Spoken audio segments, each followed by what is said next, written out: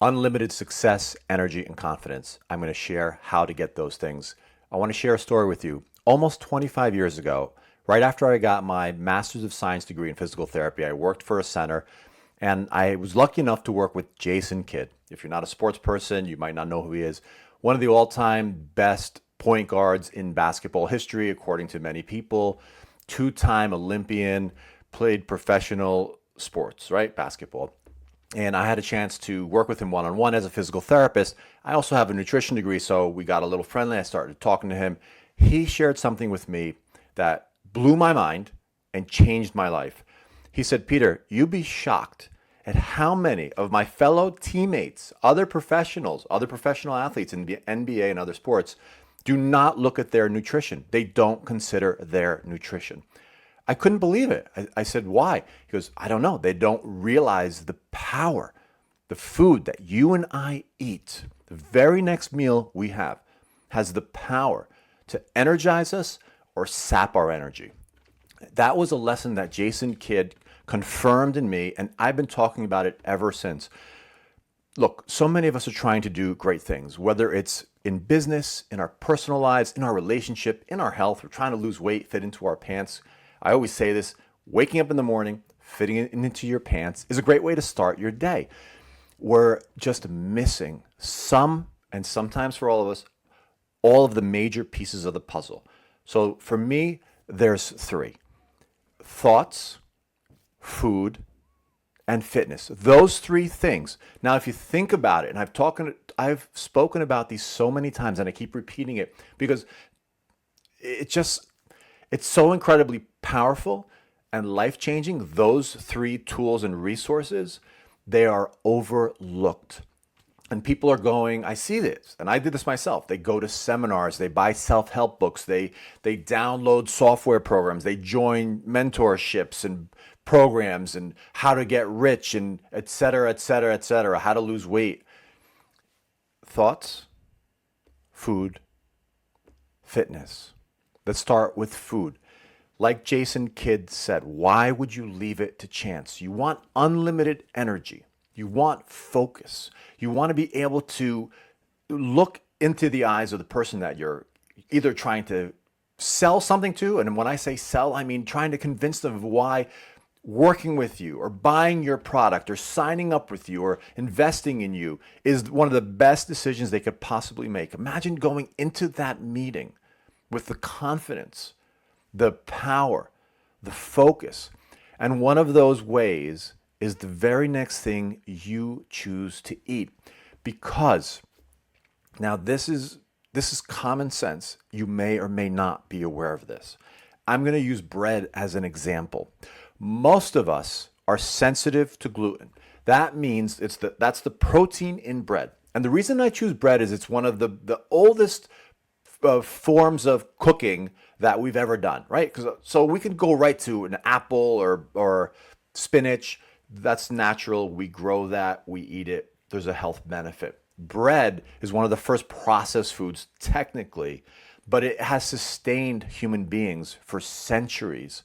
And there's three ingredients in bread: flour, water, salt. Those are the basic ingredients. And then people are like, where's the yeast? Where's the bacteria? How does it grow?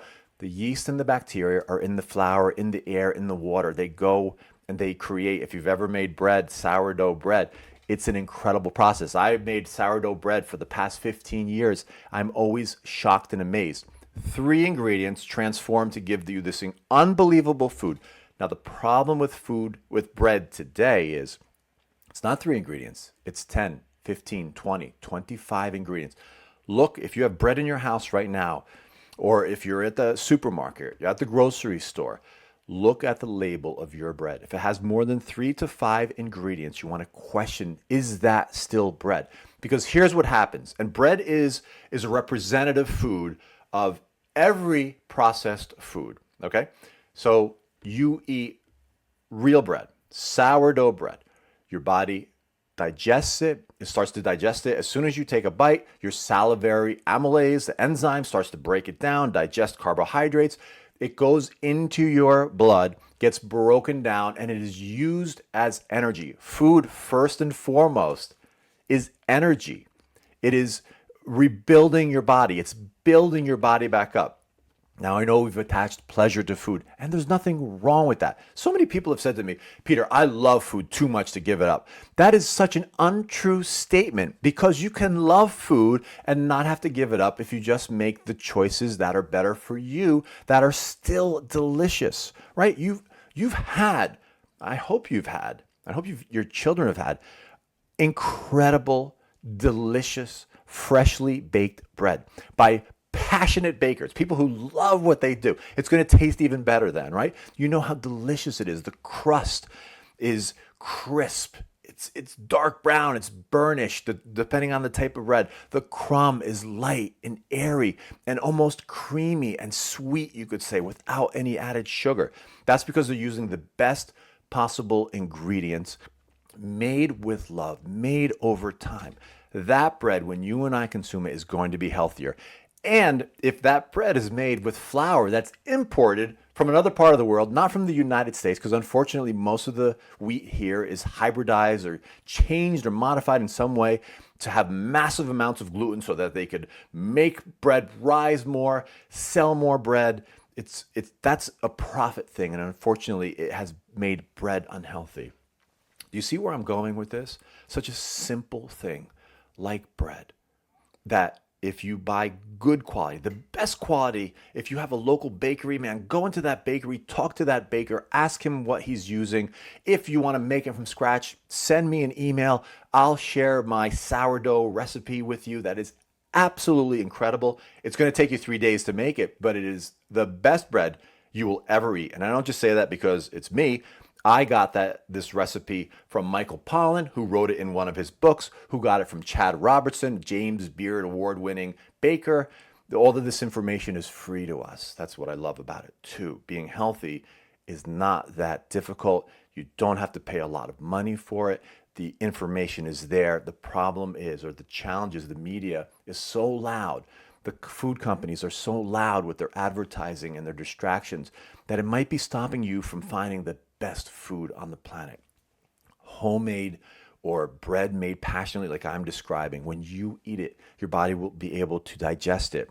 Having said that, if you find the best bread in the world and you eat it and you get bloated, you get constipated, you get irritable, you get crampy, you get gassy, you get foggy brain, you get a headache, these are all symptoms possibly from gluten intolerance or some type of sensitivity to something that's in bread. Then it makes sense to listen to your body and either find a better bread or a better product or to avoid that food.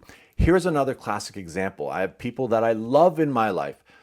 This is an older woman, and she became lactose intolerant. She loved milk. She loved cheese. So what did she do? She was all excited. She told me, because she knew I was a nutritionist, Peter, I found lactose-free milk. What? I tried not to, react like, what are you talking about? There's lactose-free milk. You've probably seen it on the shelves. You got to think about that for a second. Lactose is the sugar in milk.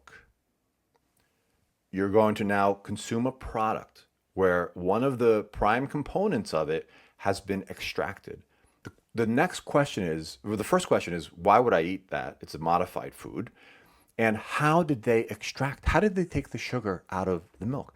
Almost always there's a chemical process. You've heard about seed oils, right? Sunflower, safflower, canola. I've talked about this also in the past. The way they get the oils out of the corn, out of the sunflower, out of the rape seeds is to extract. And one of the ways is to use hexane, which is toxic. So the reason I say this is not to vilify the companies, the products, is for you, 100% for you. If you don't look and feel the way you want, look at the title of this podcast. If you don't have unlimited success, unlimited energy, unlimited confidence, it's not because you're not smart enough, you're too lazy, you're too stupid, you don't have the right genetics. These are all things I've heard from my clients and things that I have said personally myself over the years until I discovered what I'm sharing with you today. It's not any of those things. You have absolutely every right to have what you want in your life, to look and feel the way you want, to have incredible health, to have success in business if that's important to you, to be successful in your relationships, to be the best parent you can be for the children that you love and want to raise them and give them these incredibly powerful and valuable tools. One of the things you might be doing is choosing foods that's sabotaging that energy, that confidence, and that success. Because food is so powerful that when you and I eat the right foods, this good quality bread that I'm talking about, whole foods, I call it waffles, whole, wild, organic, fresh, local, ethnic, seasonal. Waffles is an easy way for me to remember it. What do all of those things have in common? They're real foods. They're whole foods. They're recognizable. You go into the grocery store, you stay around the perimeter. Usually the first thing you encounter are the fresh fruits and vegetables. Stick there more often than not. And then once you've been there and get yourself acquainted, figure out what's in season, what's local, what's organic. Because the local and the organic, well, let's talk about the organic first. The organic cannot, by law in the United States, have herbicides, fungicides, pesticides, antibiotics, hormones, GMOs, genetically modified organisms, additives, preservatives, artificial sweeteners. It cannot by law have any of these things. So just with one fell swoop, you just bypass all that. Oh, I don't have to think, I don't have to memorize what is in these foods. If it says organic by law in this country, it shouldn't have those ingredients. So it's a good starting point. And organics are not perfect. And there's always dishonest business people and companies that are trying to, manipulate the system and sneak by. But do your research, take your time, get friendly with your grocers. I get friendly with my grocers, my butchers, my bakers, my cheesemongers, my seafood mongers. I get to know them. I ask them questions. They know me. They know I want good quality. I'm friendly with them. I thank them. I appreciate them for what they're doing. There's so few butchers and fishmongers and bakers left, unfortunately, at least in this country. Maybe in other parts of the world there's more. So I want to support them. So first and foremost, if you want to be have this incredible quality of life, have this energy, sleep better, be less bloated, fit into your clothes, feel confident about yourself, look at the food you're eating. That's why I always start my one-on-one clients, my nutrition clients, absolutely, my life coaching clients, I always start them with nutrition.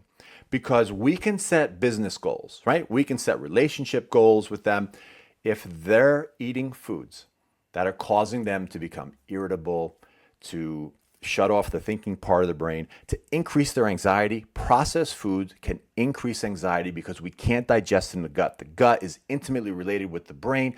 If they're offline, then your frontal lobe is offline. That's the logical thinking part of the brain saying, I want to eat healthy and exercise, and I'm going to make these phone calls. And if you can't do those things, it's a very possible your frontal lobe is shut down because you're in fight or flight mode. And one of the reasons is the food that you're choosing.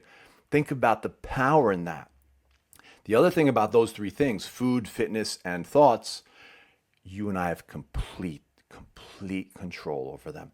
Thank God, most of us, at least in this country, have a choice about what food we're going to eat next. You don't have to be rich. It's going to cost you a little bit more, but that's a choice that you and I make, and maybe we forego something else, right? Maybe there's something else right now, if you're not making the money that you want, there's something else that you forego so that you can spend a couple of extra bucks on better food so that you can think more clearly, have more energy, be more successful, make more money if that's important to you, have more time with your family, feel better about how you look, be out more in public, do more fun things, go on vacation, plan things.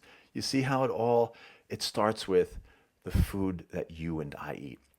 Because if I choose at my very next meal a processed food, a fast food, that's something that's got high gluten, something that has preservatives that my body cannot recognize, something that has seed oils that is toxic, that's going to set off a chain reaction in my mind, in my body, in my gut. I'm not going to feel good. I'm not going to be able to be present and focused. I'm not going to be able to feel hopeful. I'm not going to be able to direct my brain towards what I want most, to come up with the solutions and then to execute those solutions and come up with those plans, whether it's setting up a business plan, it's writing your next blog post, it's your next post, social media post that you're doing, or coming up with a solution at work, or figuring out, if you're a teacher, how to help your children that you're teaching get focused, whatever it is. You taking care of yourself first and focusing on food first is going to help you in anything, any area of your life. I challenge you. Send me an email, send me a message. I challenge you. Give me one area of your life that eating better is not going to benefit, right? I mean, think about that for a second. So number one is food. Whole foods. Remember, waffles. Whole, wild, organic, fresh, local, ethnic, seasonal. I'm so glad I came up with that. Thoughts.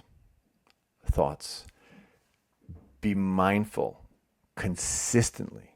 Think about and be aware of the thoughts you're having. If you're thinking, I want to be successful, but it doesn't matter what comes after. It doesn't matter. I want to be successful, but it doesn't matter what comes after the but. What you're saying to yourself consciously and subconsciously is, I'm not successful. I can't be successful. I won't be successful.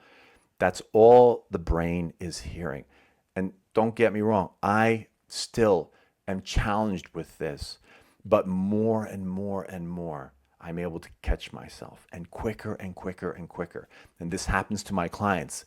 They start to think this way. They start to become aware of their sabotaging thoughts that lead to sabotaging behaviors. This is too hard. I can't do this. I don't have enough time. It's going to cost too much, whatever. And then I want to feel better, so I'm going to eat something. And that something I'm going to eat is going to hurt me even more because it's probably going to have fat, sugar, and salt in a processed way altogether, because that's what I feel better eating right away. Even though it's worse for me, eating fast food, eating French fries, eating a cheeseburger, fat, sugar, and salt are chemicals that make us feel good. They're essential chemicals. The problem is we're getting them from poor sources and too often.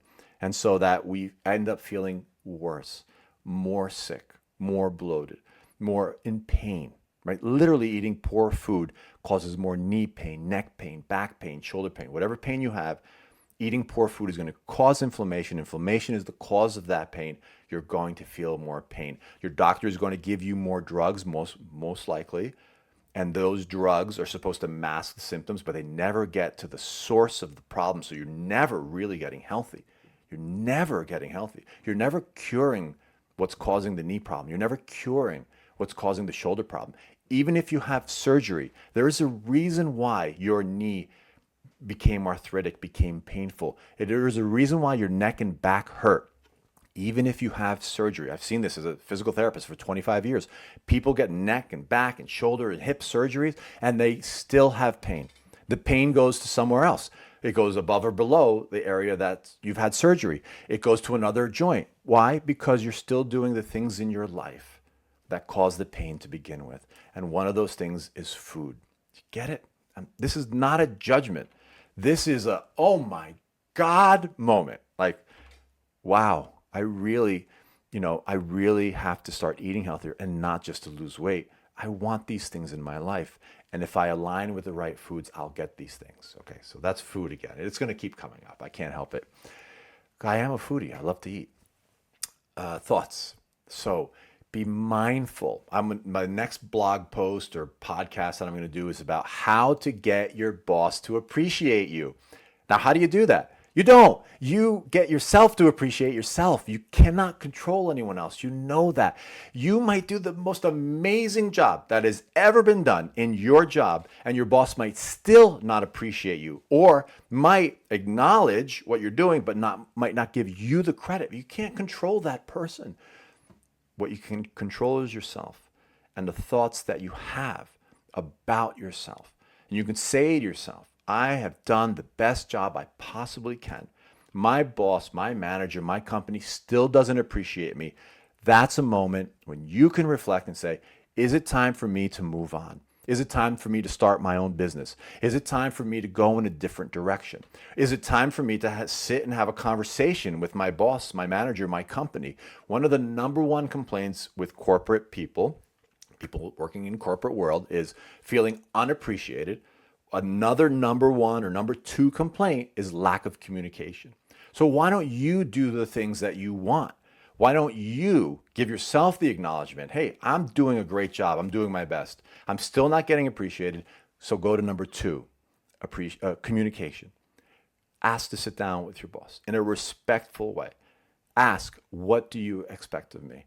And then once you do that, if your boss says no, then you know you're not in the right place. He's not interested, he or she is not interested or not able to fix what's going on right there. So that helps you make your decision. Is it time to move on? Is it time to transfer? Whatever. I'm not telling you what to do. Okay? I know it's stressful to leave jobs. I've done it. These last 4 years, I've left 4 jobs. 90% of my income I lost, and I still left 4 jobs because they weren't in the right. It wasn't right for me. I was never going to get the appreciation. I was never going to get the success that I seeked. I never was going to get the acknowledgement. So I gave it to myself. I gave it to myself by focusing on thoughts, food, and fitness. Okay, so thoughts. What else can I say about that? Did I write any notes down? Your thoughts, the moment you wake up, are going to dictate the quality of your day. If you wake up panicked, and I'm speaking from experience, if you wake up panicked, how am I going to pay my bills? Oh my God, I have this meeting. I have to teach 25 kids that are off the wall. I have to get my kids to school before I even get to work. I'm going to be late. If your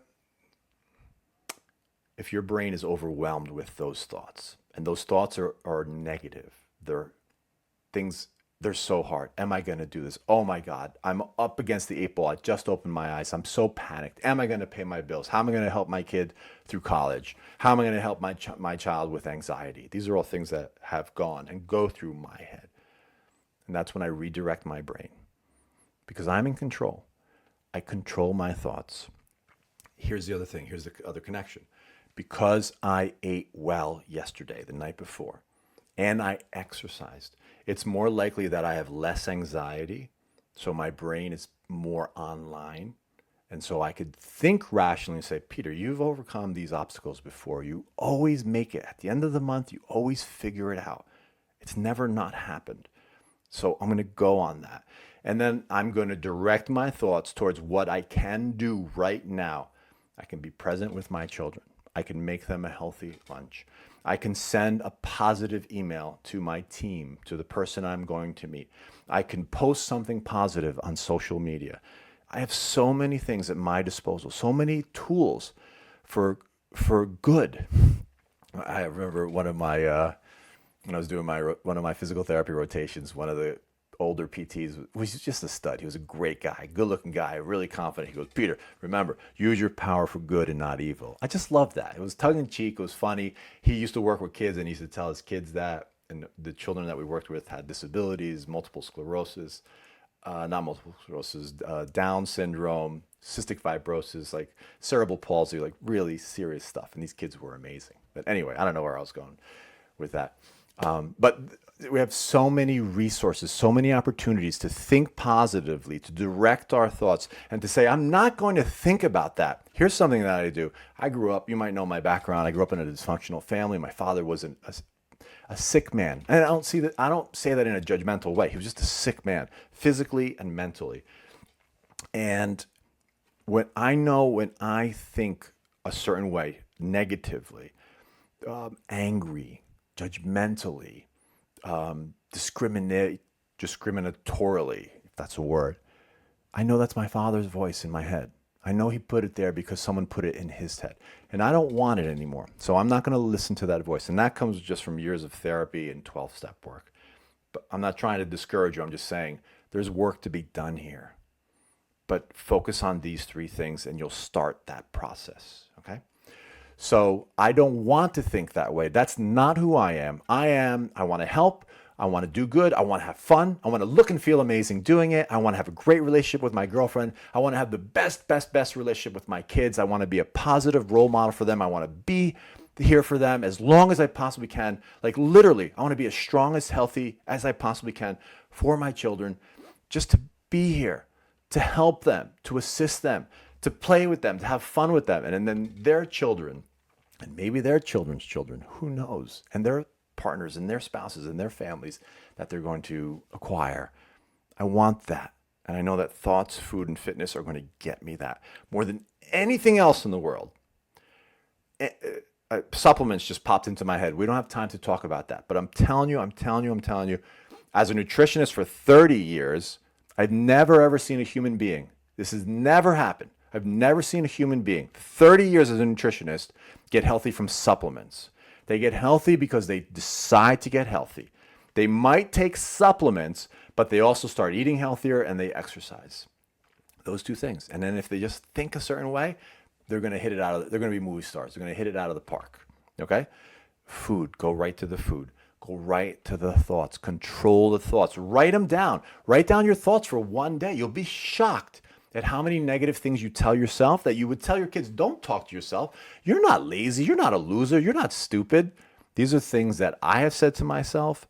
These are things that my clients have shared with me when we build rapport and they could feel confident and vulnerable telling me. These are things my therapist has shared with me from his clients. He doesn't share their names, but he shares what he's heard over the years. These are terrible ways for you and me and us to think about ourselves. It's just not right. I mean, we would tell our kids, if our kid says it's too hard, I can't do it, I'm too stupid, I'm lazy, I don't have good genes. What are you going to say to your kid? Yeah, you're right. No, you're going to say, God, you're amazing. You're so smart. You're so strong. You do this. You're good in math. You're a great baseball player. You have good balance. You're really empathetic. Like find the strength. Find the strength and then find it in yourself. What's good about you? What is good about you? And number 3, fitness, exercise. Incredibly powerful and overlooked or misused. Exercise is not about getting on the treadmill, forcing yourself, first of all, to go to the gym, first forcing yourself to pay for the gym when you can't even afford to pay for your car. You're going to pay for that gym membership. You're barely going to go, but when you go, you're going to force yourself. You're going to kick and scream all the way there. You're going to get yourself on a treadmill or elliptical or whatever it is, and you're going to kill yourself for 60 minutes or 30 minutes or 45 minutes, whatever it is. And all the while, you're going to think about something negative. You're going to look at social media. You're going to have FOMO, fear of missing out. And you're going to say, everyone's got a better life than me. Everyone sucks. This sucks. And you're going to send those texts. I'm not judging you. That's a composite or a conglomerate of what I see and have heard over the years, myself included, people at the gym. They're on the treadmill, they're supposed to be doing something amazing, they're exercising. Oh my God, all these endorphins are being released, all these feel-good chemicals, neurotransmitters, dopamine, serotonin, norepinephrine, and they're yelling on the phone. They're can you believe she said that to me? I know, I'll never talk to her again. While they're exercising. I've said this so many times. I've been saying this for 20-something years. Be careful what you think during exercise because you will believe it and you will condition yourself to hate exercise. So first and foremost, control your thoughts. It goes back to that during exercise. The easier way to control your thoughts and have the energy to exercise is to eat healthy. So it goes back to that, right? So eat great, control your thoughts. Now it's going to be easier to exercise. And when you do exercise, you're going to get more of a benefit. And if you want the maximal benefit, build muscle. Do resistance exercise, then do it in a circuit. That means, if you can't do these exercises, don't worry about it. Reach out to me. I'll help you design a program. Go from a squat to a push-up to a pull-up to a row with bands to lunges. You go from one muscle building exercise to another. What that does is build muscle, obviously. It's resistance repetitively. And you're also increasing cardiovascular. You're making your heart work harder because you're not taking a break. You're putting a demand. The muscle is a heart too. No, the heart is a muscle too. You're putting a demand on it. And now you're going from exercise to exercise. That demand gets greater and greater. Your heart rate's going to elevate. Your body is going to think it's doing cardio because it is. You just happen not to be running or riding a bike or swimming. the typical cardio builders, okay? So you're going to build muscle. You're going to do it. I'm just going to give you my general prescription. I've been doing this for 30 years. 30 years. I do Tough Mudders, Spartans. I used to run marathons. I used to do triathlons. I'm not interested in that stuff anymore because it destroys my joint. I'm 6'4", 220 pounds. That stuff destroys my joints. But I love Spartan races and I love Tough Mudders because they're fun. They really challenge my body. And all I do is a 20-minute workout, a circuit like I just described. Send me an email, send me a message. My workout is free. It's online. It's in my social media stuff. Go check it out. It's incredible because I know I've been doing it for 30 years and it works. And then, so what was I going to say about that? So exercise in a circuit, 20 minutes, 5 times a week. And then when I'm training for Spartans and Tough Mudders, I do sprints about 3 times a week, 8 sprints, about 50 to 75 yards. And I do hill repeats just 3 times up and down. I live right where I live, right outside is a hill.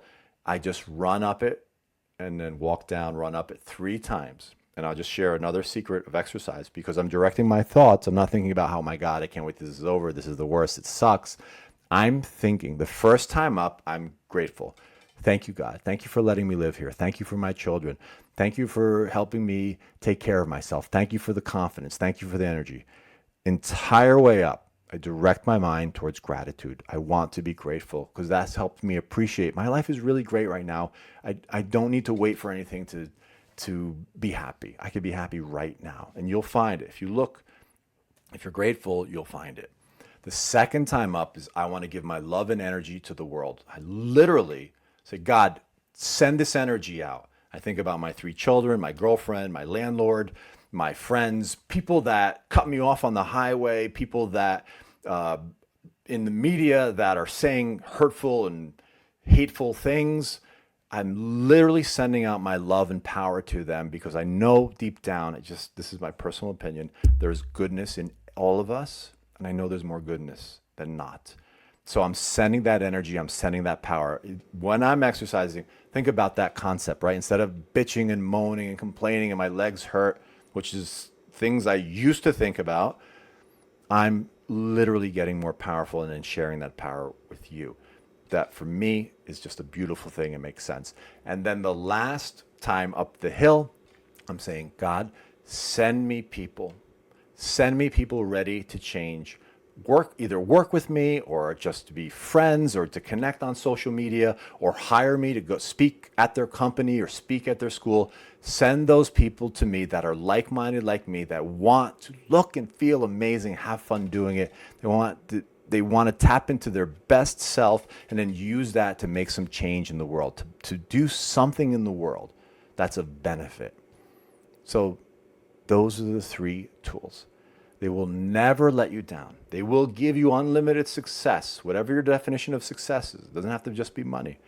They will give you unlimited energy, and they will give you unlimited confidence. All you have to do is believe in yourself and say, this is what I'm doing. This is my purpose. I'm going to give everything I got to this because I want this. You fill in the blanks. What intrinsically already motivates you, what you already love, who you already love, what you want to bring into your life, what you want more of. That's what we think about when we're controlling our thoughts, when we're choosing our food, and we're doing our workouts. I hope that helps you like it helps me. Reach out to me. I do love to hear from you on a personal level. Until next time, I'm Peter.